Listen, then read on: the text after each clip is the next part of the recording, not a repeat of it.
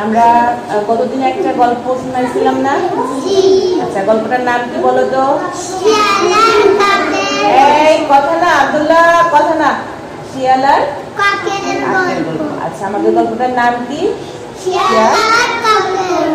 শিয়াল ও কাক। শিয়াল ও কাক। আচ্ছা, কে বলতে পারবে গল্পটা? হাত তুলো, হাত তুলো, হাত তুলো, হাত তুলো। আচ্ছা, এই তো সাব্বাস।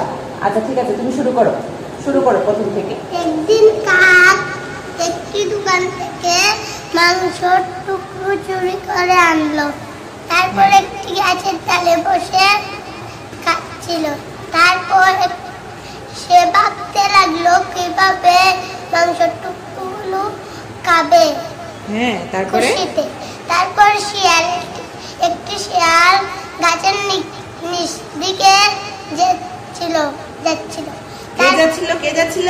শিয়াল। তারপর শিয়ালের চোখ পড়লো গাছের দিকে। আচ্ছা, ঠিক আছে, তুমি থামো। আচ্ছা, শিয়ালের চোখ পড়লো কার দিকে? গাছের দিকে, কাকের দিকে। আচ্ছা, এখন ওয়াহিদা আসো তো, ওয়াহিদা আসো, তুমি বলো, বাকিটা বলো। তারপরে কি হলো বলো তো, কি হলো তারপরে বলো। তারপরে শিয়াল বলল, কাক ভাই তোমার সুন্দর গলা দিয়ে একটা গান বলো তো।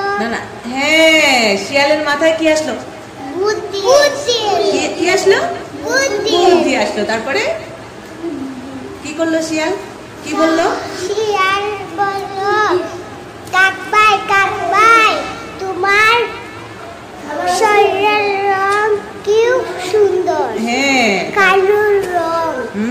তারপরে তোমার কোনটা গলা দিয়ে একটা গান বলো তো। হ্যাঁ, আচ্ছা, ঠিক আছে, সাব্বাস, একটা হাততালি দাও তো ওয়াহিদাকে। আচ্ছা, এবার ফাইমা বলো তো বাকিটা। আসো, এদিকে আসো, এদিকে আসো। আচ্ছা, বাকিটা তুমি বলো তো, কি হলো তারপরে বলো। তারপরে কাকের মাংসটা পড়ে গেল। শিয়াল নিয়ে গেল মনের সুখে। শিয়াল মনের সুখে নিয়ে গেল। আচ্ছা, মাংসটা নিয়ে কোথায় গেল? চলে গেল, দূরে চলে গেল। কোথায় গেল? গাছে গেল। কই গেল? অনেক দূরে চলে গেল। কোথায়?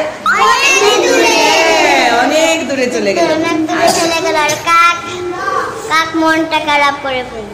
আচ্ছা, কাক তার ভুল বুঝতে পারলো। কি করলো? কাক তার ভুল বুঝতে পারলো। আচ্ছা, ঠিক আছে, তাহলে আমরাও তো ভুল বুঝতে পারলাম না? কাকটা যে ভুল করছে বুঝতে পারছি না? আচ্ছা, তাহলে কেউ যদি আমাদেরকে মিথ্যে প্রশংসা করে, লোভ দেখায়, আমরা কি করব? তার কথা শুনবো না? আমরা কোনো খারাপ মানুষের মিষ্টি কথায় কখনো কান দিব না, ঠিক আছে? আচ্ছা, ঠিক আছে, সবাই ভালো থাকো, সবাইকে টাটা বলে দাও। সবাইকে বলো আমাদের জন্য দোয়া করবেন, বলো আমাদের জন্য দোয়া করবেন।